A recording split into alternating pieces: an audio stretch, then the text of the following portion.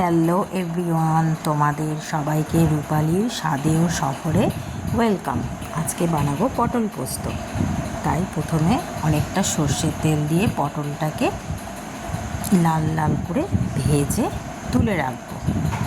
ফার্স্টে আমি একটু নুন মাখিয়ে রেখেছিলাম। নুন মাখিয়ে রাখলে একটু ভিজে যায়, পটলটা তাড়াতাড়ি ভাজা হয়।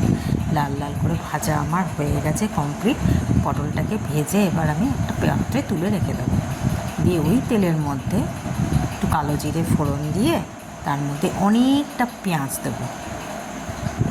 আমি আজকে নিরামিষ পটল পোস্ত করছি না, পেঁয়াজ দিয়ে পটল পোস্ত করছি। এটা বন্ধুরা খেয়ে দেখবে, এক থালা ভাত নিমেষের মধ্যে চলে যাবে, এত সুন্দর টেস্ট হয়। তোমরা তো সবাই নিরামিষ পোস্ত করে দেখেছো, এইরকমভাবে পেঁয়াজ দিয়ে পটল পোস্ত করে দেখবে, অসাধারণ লাগে। যাই হোক, তোমাদের সাথে কথা বলতে বলতে পেঁয়াজটাকে পুরো সুন্দর লাল করে ভেজে দিলাম, একদম সুন্দর করে। বেশি ভাজবেন না, তাহলে তেতো হয়ে যায়। জাস্ট এইরকম যেন ভাজা হয়। দিয়ে ভাজা পটলটা ওর মধ্যে দিয়ে আবার 2-4 বার করে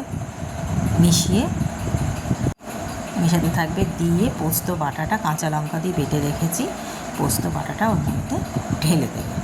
দিয়ে ওর সাথে নাড়তেই থাকবে। এবার নুন দেবে, একটু সামান্য হলুদ দিলে হলুদ দেবে, অনেকে হলুদ দেয় না, সেটাও স্কিপ করতে পারো, কোনো অসুবিধা নেই। ভালো করে সামান্য একটুখানি মিক্সির গ্রাইন্ডারটা, বাটিটা ধুয়ে জল দিয়ে দিলাম। চলো এবার এটাকে ঢাকা দিয়ে ফুটতে দেবো। সিমে কাঁচা লঙ্কা দিয়ে দেবো, 3টে কাঁচা লঙ্কা, 3-4টে আগে পোস্তর সাথে বেটে দিয়েছি। এবার যে যতটা ঝাল খাবে, চলো এটাকে ঢাকা দিয়ে একটুখানি ফুটুক। দিয়ে ফোটাও আমার হয়ে গেছে। জাস্ট নামাবার আগে ব্যালেন্সিংয়ের জন্য একটুখানি চিনি দিলাম। তোমরা দিতেও পারো, নাও দিতে পারো, কোনো অসুবিধা নেই।